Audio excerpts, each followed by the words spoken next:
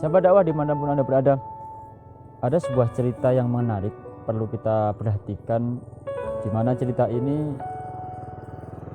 berasal dari seorang ateis.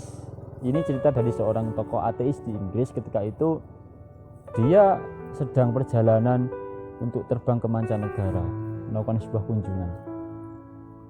Di tengah perjalanan, tokoh ateis ini tiba-tiba berteriak sangat keras karena pesawat yang melewati jurang itu tiba-tiba oleng, tiba-tiba mau ambruk, kemudian mau jatuh. Tokoh ini berteriak sangat keras, "Siapapun tolong aku, wahai Tuhan tolong aku." Padahal dia ateis. Cerita ini sempat tidak boleh diekspos oleh tokoh ateis itu sendiri, namun akhirnya cerita ini bocor ke media massa dan semua orang tahu. Ada pelajaran yang berharga yang diambil dari kisah ini adalah bahwasanya seorang yang ateis pun, yang dikatakan anti Tuhan, menolak teologi, itu dalam dirinya ada fitrah tentang ketuhanan. Bagaimana dia mengakui bahwa dia sangat terbatas dan dhaif, maka dia perlu zat lain yang memiliki kekuatan yang sangat luar biasa. Bisa dikatakan kekuatan ini adalah Tuhan. Ada sebuah pelajaran lagi yang menarik yang kita petik dari kisah ini, bahwasanya tokoh ateis tadi mengatakan Tuhan itu sangat jauh, maka aku panggil dia dengan suara yang keras. Para sahabat dakwah, sesungguhnya Tuhan itu dekat kalau dalam konsep Islam.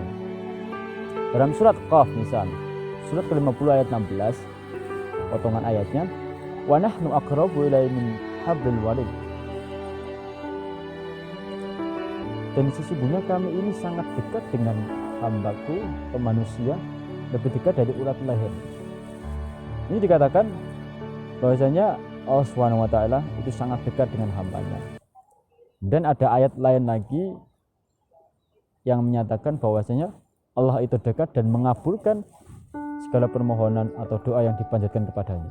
Maka dari sini ada aspek yang perlu saya tekankan, bahwasanya doa itu sangat penting dan sangat perlu. Sebagai manusia yang dhaif, kita ini perlu sebuah akses untuk mengakses sebuah sumber kekuatan yang ada di langit yang dimiliki oleh Sang Pencipta.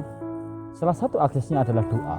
Maka para sahabat dakwah, di momentum Ramadan ini pas dengan ayat atau dalil yang memerintahkan puasa 183-nya itu posisi kiri, kemudian bawahnya lagi dua nomor 184, 85, 86-nya.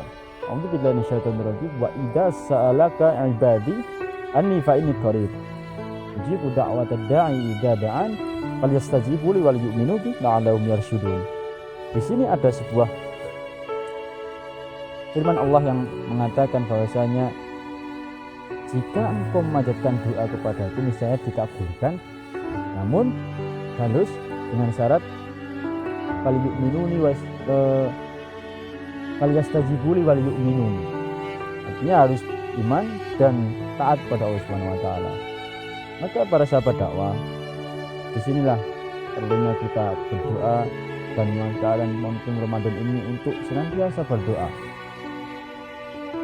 mengetahui waktu-waktu yang sangat mustajab, terutama di buka puasa, karena hadis mengatakan salah satu doa yang tidak ditolak adalah doa orang berpuasa sampai dia berbuka, as-shaimu hatta yuftir. Maka ada sebuah hadis lagi yang mengatakan ketika kita berbuka itu ada sebuah waktu senggang yang sedikit, yang jikalau kita memanfaatkan waktu tersebut untuk berdoa, insya Allah dikabulkan doa kita. Ada sunnah di sana yang terekam dalam amalan doa sehari-hari ketika berbuka puasa. Dzahaba dhama'u wa btalatil uruq wa thabatal ajru insyaallah. Di sini ada sunnah, yaitu kita dianjurkan untuk berdoa apapun doanya. karena di situ Allah Subhanahu wa taala akan memberikan pahala dan mengabulkannya. Maka para sahabat dakwah, perlunya kita berdoa ini agar kita senantiasa diberitakan Allah Subhanahu wa taala dan bukti bahwasanya kita ini manusia lemah dan senantiasa meminta petunjuk dan kekuatan kepada Allah Subhanahu wa taala. Semoga kita dapat mengamalkan amalan yang sangat bagus ini yang dapat kita praktekkan di kehidupan sehari-hari, yaitu jangan lupa dan jangan bosan untuk berdoa kepada Allah Subhanahu wa taala di setiap aktivitas kita. Insyaallah dengan doa tersebut kita akan menjadi hamba yang senantiasa dirahmati dan diberikan kekuatan oleh Allah Subhanahu wa taala. Amin Allahumma amin. Terima kasih sahabat dakwah. Assalamualaikum warahmatullahi wabarakatuh.